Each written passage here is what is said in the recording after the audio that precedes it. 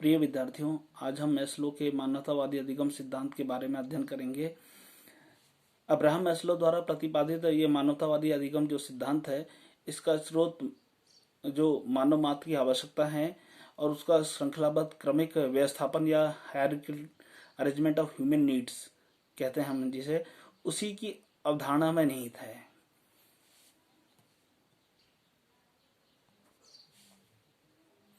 1954 में Abraham Maslow ने इस अवधारणा को विकसित करते हुए ये बताया था कि मानव मात्र की जो मूलभूत आवश्यकताएं हैं, उनके महत्व, उपयोगिता या उनकी अनिवार्यता की दृष्टि से निचले स्तर से लेकर उच्चतम स्तर तक एक निश्चित क्रम में इस प्रकार उन्हें व्यवस्थित किया जा सकता है कि एक आवश्यकता दूसरी आवश्यकता को जन्म देने का कारण बने।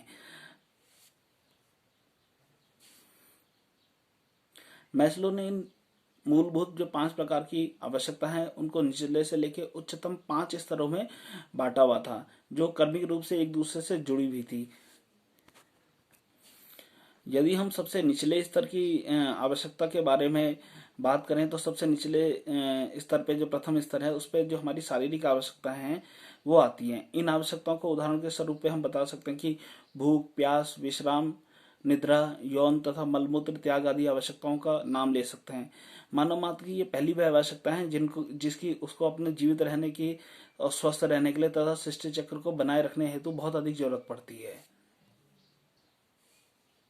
दूसरे स्तर पर सुरक्षा संबंधी आवश्यकताएं आती हैं, सेफ्टी नीड से रिलेटेड रहती हैं। जो इसमें व्यक्ति क्या करता है, पहले स्तर की आवश्यकताओं की संतुष्टि के बाद अपनी शारीरिक, मनोवैज्ञानिक तथा सामाजिक सुरक्षा संबंधित आवश्यकताओं की पूर्ति के बारे में सोचने लगता है। समाज में वह यह व्यवस्था चाहता है कि नियम और कानूनों का निर्माण तथा उनके अनुपालन होना चाहिए, उसे ठीक प्रकार से रहने हेतु एक सुरक्षात्मक वातावरण मिले और जिसमें उसकी ज्यादा से ज्यादा देखभाल हो सके, हिफाजत हो सके और सुरक्षा हो सके। दूसरे स्तर की आवश्यकताओं की पूर्ति के पश्चात अब हम बात करते हैं तीसरे स्तर की आवश्यकता की, क्योंकि दूसरे स्तर की आवश्यकताओं की जब पूर्ति हो जाती है तो मनुष्य क्या होता है, तीसरे स्तर की आवश्यकताओं के बारे में सोचता है। तीसरे स्तर पर अनुभव की जाने वाली जो मानवीय आवश्यकता है उसमें प्यार और दूसरों से स्नेह या उनसे जुड़े रहने की आवश्यकता है। इसे हम कह सकते हैं लव एंड बिलोंगिंगनेस। यह आवश्यकता वह आवश्यकता है जिसमें प्रत्येक व्यक्ति, चाहे वो किसी भी आयु का है, सामाजिक स्तर उसका, सांस्कृतिक स्तर, लिंग, धर्म, वर्ण कुछ भी हो, समान रूप से प्यार पाना चाहता है और लोगों से प्यार करना चाहता है। इसमें वो किसी एक समूह से या वर्ग से या कोई ऐसी श्रेणी उससे जुड़ा रहना चाहता है, उसका अंग बन जाना चाहता है, तो उसके द्वारा अपने को स्वीकार करने की इच्छा भी वह रखता है और उनके प्रति अपनापन और अनुभव की बेहद चाह उसमें पाई जाती है।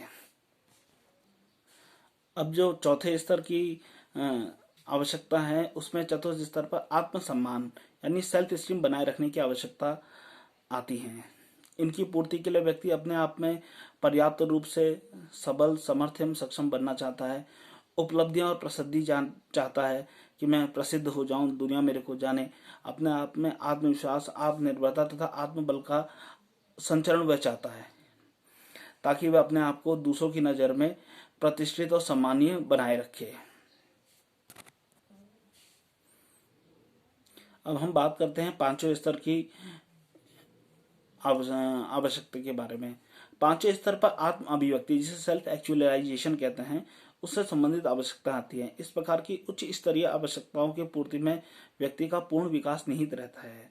व्यक्ति जैसे अपने आप में होता है वैसे ही उसकी प्रतिभा तथा योग्यताओं का उसमें निवास होता है। उन सभी प्रकाशन के लिए उसे उचित अवसर मिलना भी चाहिए। इसके लिए वह अपने व्यक्तित्व का विकास कर सकता है। उसके अनूठे व्यक्तित्व की विकास की छाप दूसरों पर भी अंकित होती है। जैसे कि विभिन्न व्यक्ति, कोई संगीतकार है, नाटककार है, गीतकार है, मूर्तिकार है, चित्रकार है या शिल्पकार है, वैज्ञानिक है, गणितज्ञ है, वो अपनी प्रतिभा का प्रकाशन कर यश कमाना चाहता है तथा संसार में नए नए सृजन को करना और उसे आगे बढ़ाने से संबंधित इस प्रकार की आवश्यकताओं की संतुष्टि का बहुत बड़ा योगदान उसमें रहता है। उसकी संतुष्टि के साथ साथ व्यक्ति को अपने जीवन के लक्ष्य की और उद्देश्य की प्राप्ति भी हो जाती है। हम कह सकते हैं कि जो ये पांचवें स्तर की आवश्यकता है, ये व्यक्ति के लक्ष्य और उद्देश्य की प्राप्ति के लिए होती है।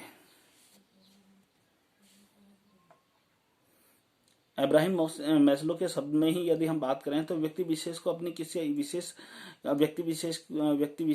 किसी आवश्यकता की पूर्ति हेतु अपने व्यवहार में अपेक्षित परिवर्तन लाने होते हैं, अर्थात कुछ न कुछ नए नए अधिगम अनुभवों से गुजरना होता है।